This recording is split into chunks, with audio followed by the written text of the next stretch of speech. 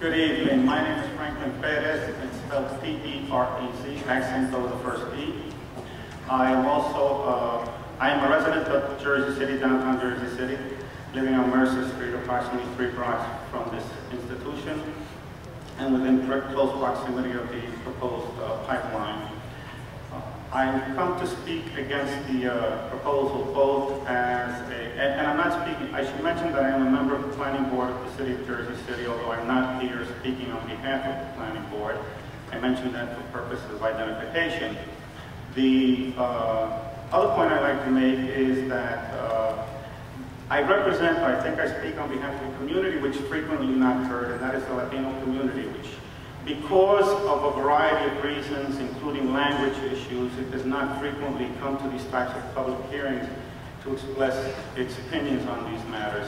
It is a community which is going to be significantly affected, just like the African American community, because although you've heard primarily from the more well-to-do community, which is the downtown community, the areas of development which have taken place over the last 20 years, I, as a resident of Jersey City since 1979, have seen how the Latino community and the African American community has been affected by development, not just by proposed pipelines and things of that nature, but also because economic development frequently results in the displacement of these communities, as has happened frequently with the downtown community. When I moved here in 1979, the downtown area was a predominant Latino community, and that community was displaced. I'm not here to criticize or to argue that gentrification is or is not a positive element of development, but I am here to emphasize that that community which resided here was displaced, and where it was displaced to a great extent is to the south, I should say to the east and the west sides of the turnpike, along the area which the pipeline is going to be placed. And I think you should be aware of the fact that that community is not here today to speak on its behalf, and I'd like to speak on behalf of that community. That community is primarily a working class community. Many of them do own the homes along Pacific Street, Johnson, near Liberty State Park, along the corridor of the Turnpike extension, all the way from the border of Bayonne, all the way down to the Grand Street area of Jersey City. That community, I think, will be significantly impacted as well, even though Bob Trotter indicated that he does not have too much opposition to the line as it runs along the Caveman Point area. And I respect Bob. I mean, I think he did a great presentation, and Mayor Healy did a great presentation, but I think that you have to consider the consequences which have been mentioned earlier, the economic consequences which come from a project of this nature. A project of this nature does not necessarily imply, in fact, that it will be dangerous to the community. That can be debated, and the issues of safety can be debated, and the companies will represent that they are going to provide the safest means for both the construction of the pipeline and for its management. Of course, we've already heard the arguments, and I certainly support many of those arguments, that representations are more what do you call it, a propensity, something which the corporations do in order to dissuade the community from opposition. But the reality is, as has been mentioned here with the various incidents, including the most recent one, BP, that corporations do not necessarily live up to the representations which they make when it comes to impacting the economic well-being of communities that surround it. It's productivity, and it's warehousing and everything else. The reality is that the impact is also a matter of perception.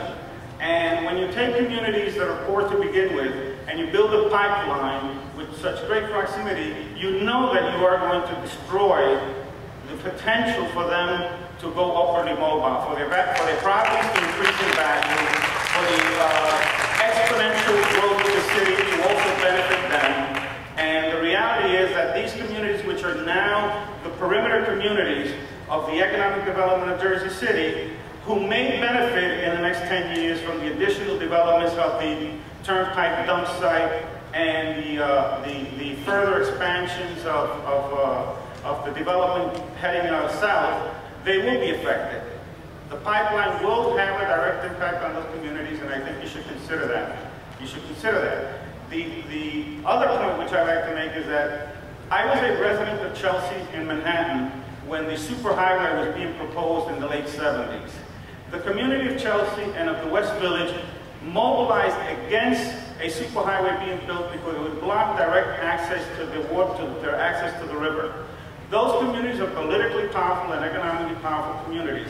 So I must ask myself the question, why is it that Spectra has chosen to come to the west side of the river to propose the construction of a pipeline when it could build that pipeline directly into Manhattan, but it would in one way or another impact on the communities of Battery Park City, Tribeca, and the West Village, wealthy communities, politically powerful communities?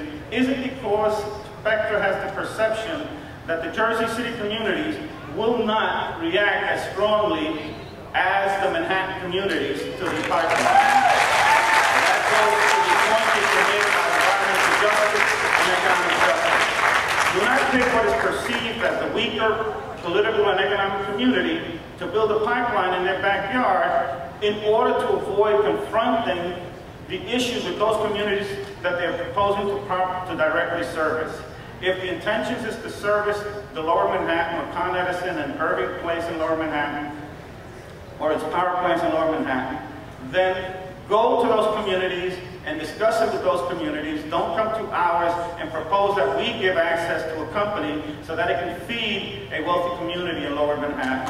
We have the right to protect our communities, and we hope that you will understand that the economic justifications, that it might be less costly, both in terms of promoting the acceptance of the project in the wealthier communities, as well as building it on land instead of under the water, should be justifiable and have the impacts brought upon our communities rather than addressing both making it, building it so that it goes directly to the communities that it's proposing to service, and absorb the cost associated with that by either providing higher rates charged to those communities, but do not bring it to our, don't bring it to our backyard so that you can spare yourself, Spectra I'm saying now, spare yourself the cost associated with the political fight with those communities in Manhattan and with the cost of building a pipeline that might be a little bit more costly